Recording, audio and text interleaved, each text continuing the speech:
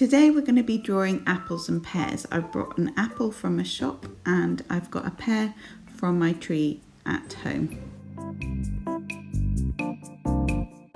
This is my final apple drawing and I'm going to show you how to do that today. I want you to take one of the apples. I want you to feel with your hands the outside edge of the apple, the smooth contours. And I want you to really have a look at what you can see on the apple. Sometimes there's little details, like little pores where the apple breathes from. And you've got different colours. Can you see which colours there are on your apple? Are there any bruises? Are there any other marks? You may notice that the widest part of this apple is actually the middle band of the apple. So it's not the top or the bottom. So what I'm going to start by doing is placing my apple right in front of me at the top of my page, and I'm going to start by doing a frown line. So that's going to be the top of my apple. I'm keeping my lines nice and soft and light, and I'm moving my wrist as I go along. Follow that up by doing a smile line, and it goes in a little bit, this smile line. Goes in a little bit here.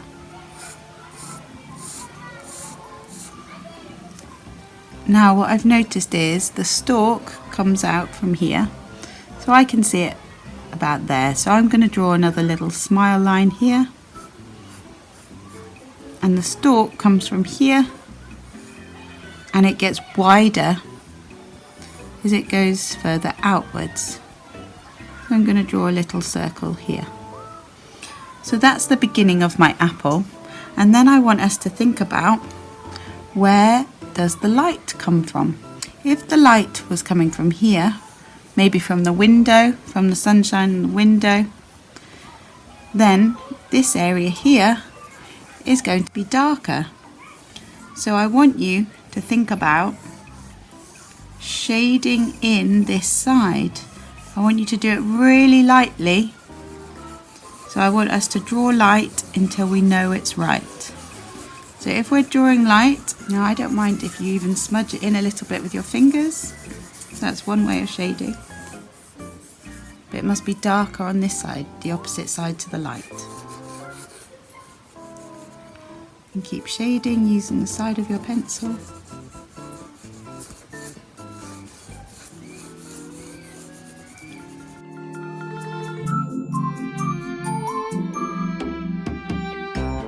Next I'm going to draw in the shadow, and that is going to hug the base of the apple. So the shadow will be on the opposite side to where the light is coming from.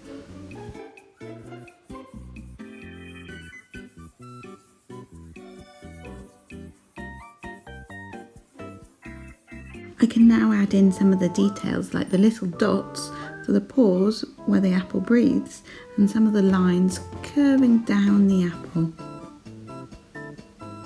If you can see any extra marks or patterns on your apple, you can add them in, even if they're bruises or if they're dents on the apple.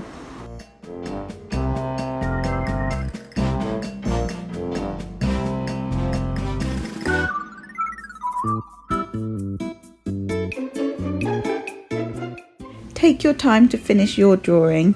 I've made mine speed up on iMovie, so I want you to take a lot longer.